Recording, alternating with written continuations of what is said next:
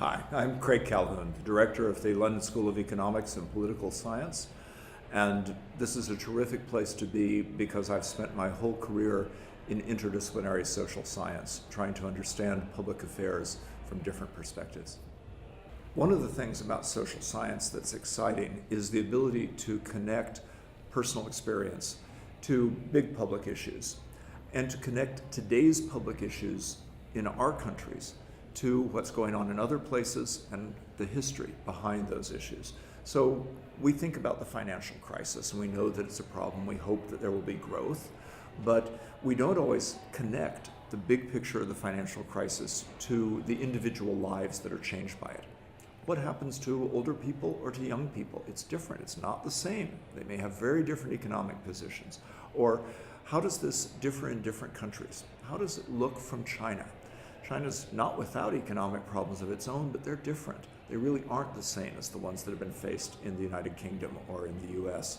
And social science is a chance to be able to see our problems and our issues through other people's eyes. Social science includes economics, political science, sociology, a range of different fields. And part of what's exciting about social science is connecting these up so that you can see the social consequences of an economic policy. You can see how cultural change influences the economy. Social science today is under a lot of pressure. Many governments and other funders of science have focused on the contributions technology makes. Medical technology to saving human lives, or computer technology to new kinds of businesses. Technology is very important, shaped our world. Most of this technology is really a part of socio-technical systems. There are human beings using it and they shape what they make of it. But social science faces the challenge of not getting the support it needs to be able to understand those interactions of human beings with the technology or the consequences for our society. Social science also faces the challenge that in many ways the world it studies has gotten more complex. Social science in the past was heavily focused on what went on in individual countries, on the nation state and the way the government and private business in that country worked. Well, increasingly the issues are global. And so social scientists have to work on a global scale.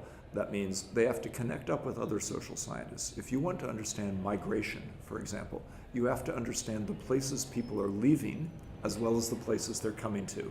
And that doubles the amount of work. It may mean you need to know other languages. And the same is true for other issues, for finance and monetary issues. You have to understand different contexts around the world in which the core economic decisions get made, in which everything from employment to credit is organized, and it has local characteristics. The Campaign for Social Science is an effort, first of all, to get social science recognized and get it the resources it needs to do its work. I think there's nobody in leadership positions who doesn't recognize the importance of science, but some people forget the central place of social science as a part of science.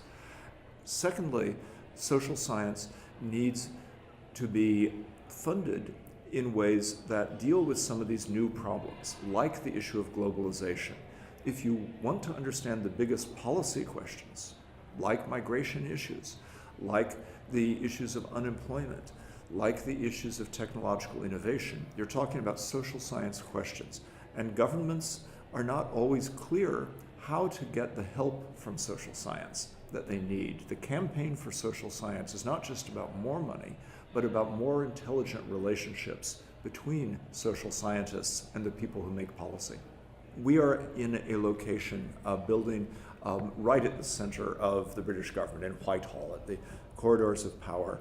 And we're connected to the government in a way that wouldn't always be the case for social scientists.